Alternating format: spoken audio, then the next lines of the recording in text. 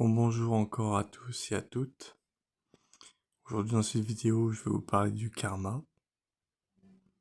Je pense que beaucoup de personnes d'entre vous ont dû entendre parler du karma, mais peu savent ce que ça signifie réellement.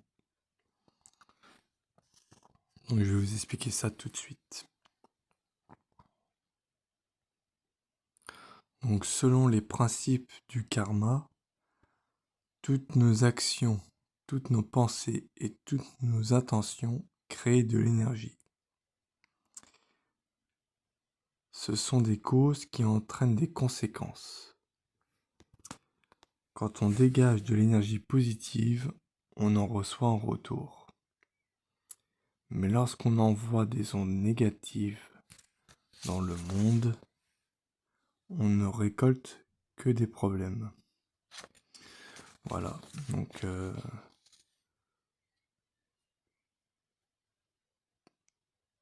donc c'est voilà ce qu'est le karma.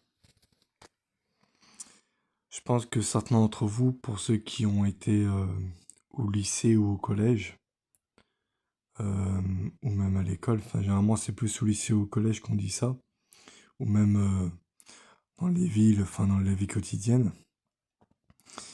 Vous avez sans doute entendu des personnes dire à une autre personne, enfin, par exemple, il y a une personne qui est avec vous, plutôt plusieurs personnes qui sont avec vous, donc des amis, et une de vos amies, par exemple, une de vos amies, je sais pas, il joue par exemple au basket, et il finit par tomber par terre parce qu'il a, comment dire, il tombe par terre parce il a pas fait attention. Voilà. Et puis il y en a qui, ses amis lui disent c'est le karma. Voilà. Bon, à part, j'ai déjà entendu parler de ça.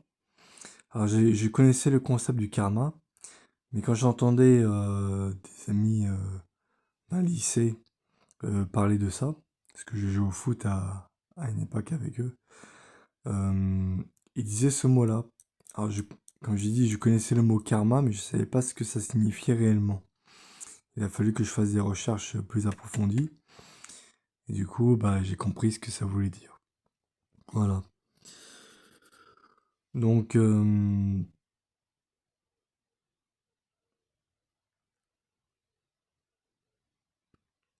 comme j'ai dit dans une vidéo, quand on atteint un état de samadhi perpétuel, on n'est plus concerné par la loi karmique. Parce que, euh, parce que quand Kundalini ou le prana entre en Sushumna, comme j'ai dit dans une vidéo, on entre en samadhi.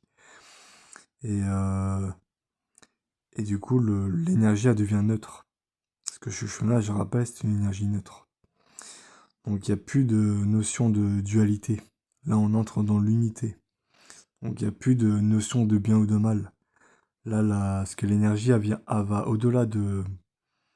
L'énergie vitale elle va au-delà de notion de bien et de mal. L'énergie à la base, elle est neutre. C'est... C'est depuis que l'homme a choisi la dualité au lieu de l'unité que, que le... comment dire... euh, que le karma a existé. Voilà. Donc voilà, donc c'est tout pour cette vidéo. J'espère qu'elle vous aura instruit et plu. N'hésitez pas à mettre un like, à mettre dans les commentaires vos avis ou vos questions et à vous abonner à la chaîne si ce n'est pas déjà fait. Et sur ce, je vous dis à très bientôt pour une nouvelle vidéo.